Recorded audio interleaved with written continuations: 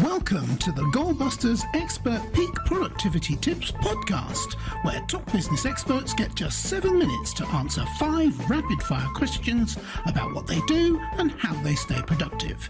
Each episode is packed with actionable insights to help boost your efficiency and achieve your goals. Let's dive in and unlock the secrets to peak performance. Well, hello everyone. My name is Robin J. Emden, and I'm an accountability coach and author of Get Resultsology, the science of getting stuff done. I work with people who run their own business. No boss, distractions everywhere, and never enough hours in the day. Together, we cut through the noise, sharpen their focus, and follow through on the big ideas that actually move the needle. That's what I call the momentum formula. Do it today, profit tomorrow, and repeat. So if that sounds like the kind of breakthrough that you've been looking for, then you're in exactly the right place. And speaking of being in exactly the right place, I am thrilled to welcome our guest expert today, Erin Austin.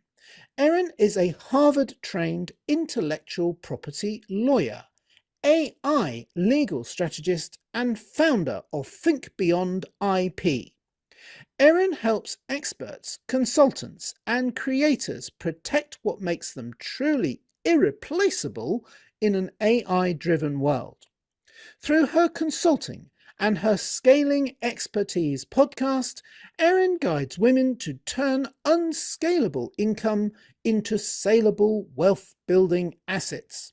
With her sharp legal insight and passion for ethical innovation, Erin shows professionals how to safeguard ideas and thrive with integrity. Erin, welcome to Goalbusters. Thank you very much, Robin. Thank you for that introduction. Oh, you're very welcome. Sounds like an impressive CV you've got there. I'm really looking forward to this. So tell me, what part of the world are you in? I am in the exurbs of Washington, D.C., so Northern Virginia, and we consider that the Mid-Atlantic, and we're having a very interesting summer day here. Yes. I think we briefly discussed beforehand. Interesting is the word, and we won't. And beyond that, we're not going to go any deeper. Otherwise, we'll be here all day talking about things that we did not agree to be talking about. Shall we do the questions instead?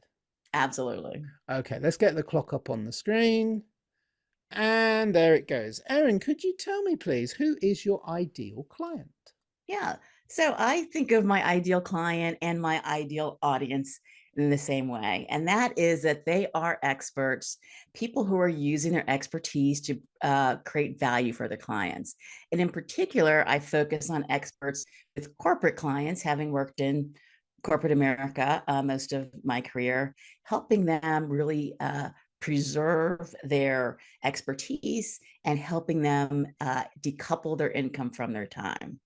Fantastic. And you've already started to go into the problem, the kind of problem or problems you solve, which often happens when we're talking about our ideal client. Yes. Why wouldn't we do that?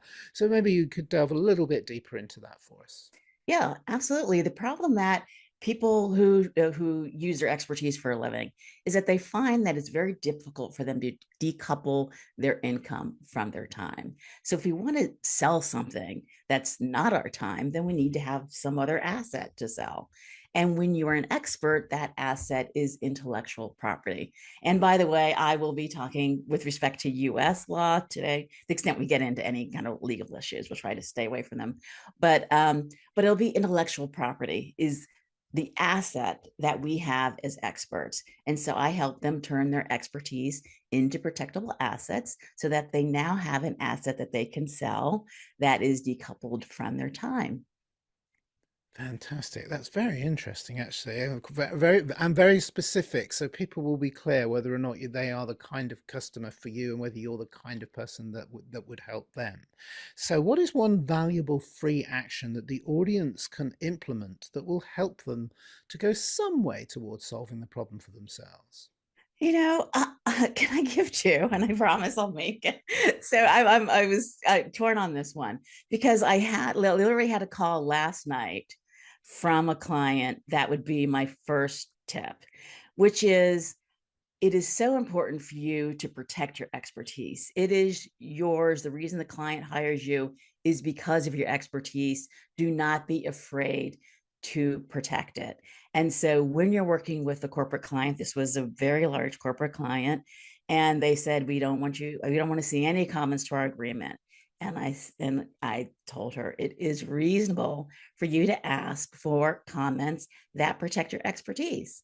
That is not unreasonable. I don't want you to be afraid to ask for things that will protect your expertise. So that's number one, is that you are allowed to make reasonable requests.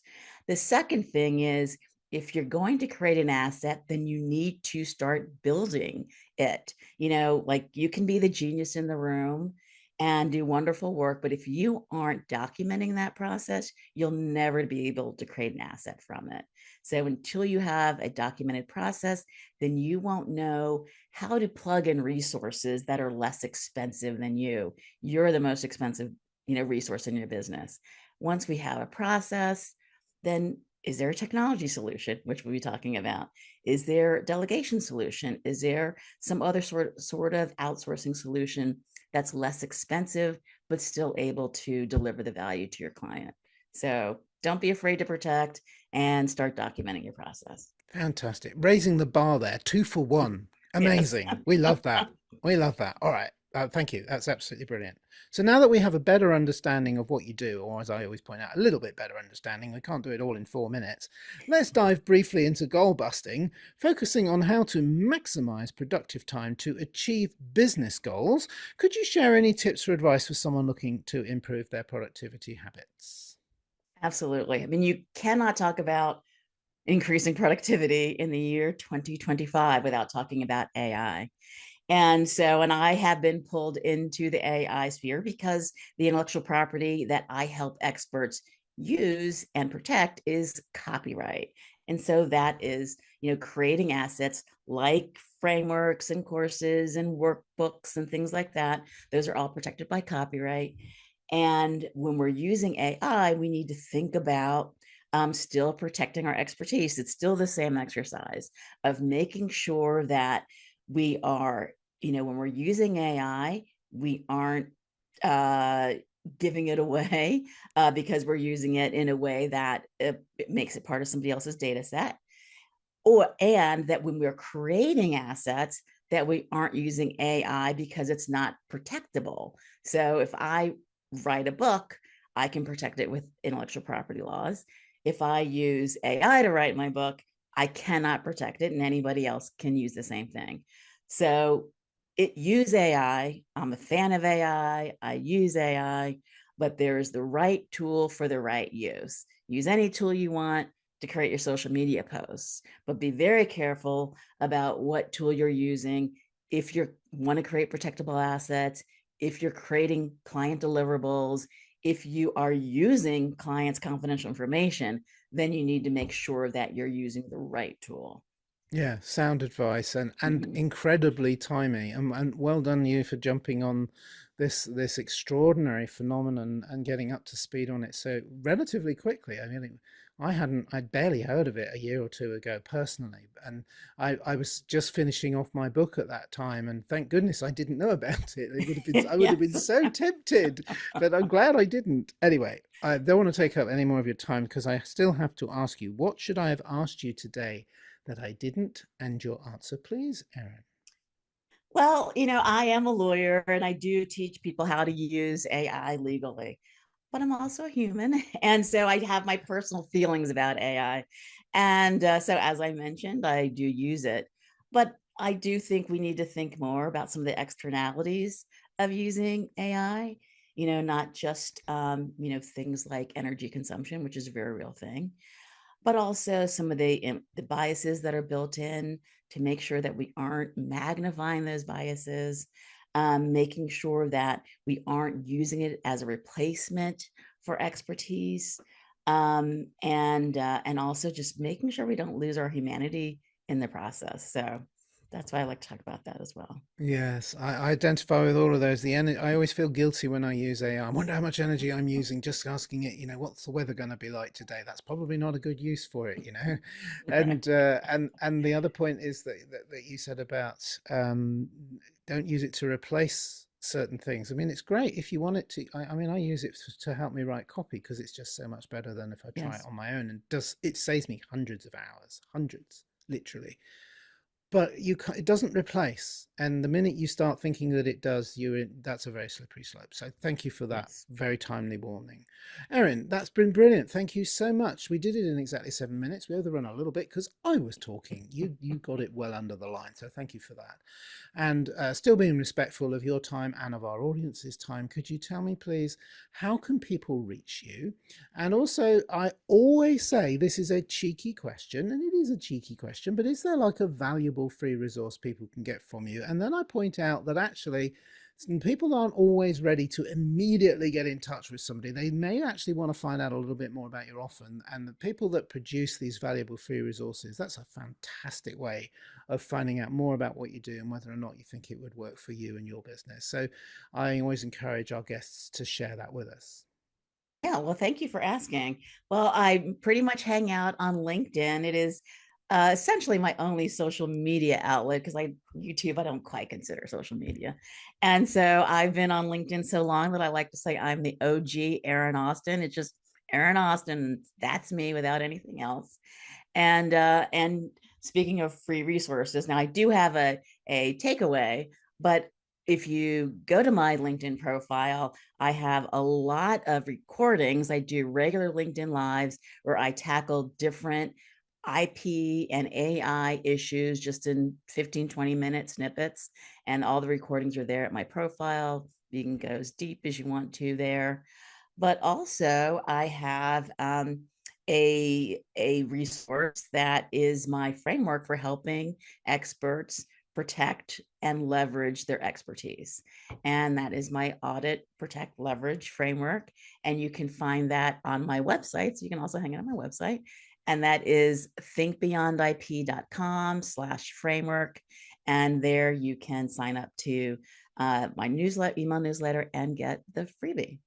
Oh, that's awesome. Thank you so much. And so many resources you've pointed us out there. And I think sometimes it's tempting to think that, oh gosh, all this paperwork and legal stuff. But if you are truly have got expertise and it is original to you, it's moments that it takes to protect it compared to years of anguish if you find yourself fighting someone over control of your own intellectual property. That's right, isn't it? Absolutely. Absolutely. Yeah.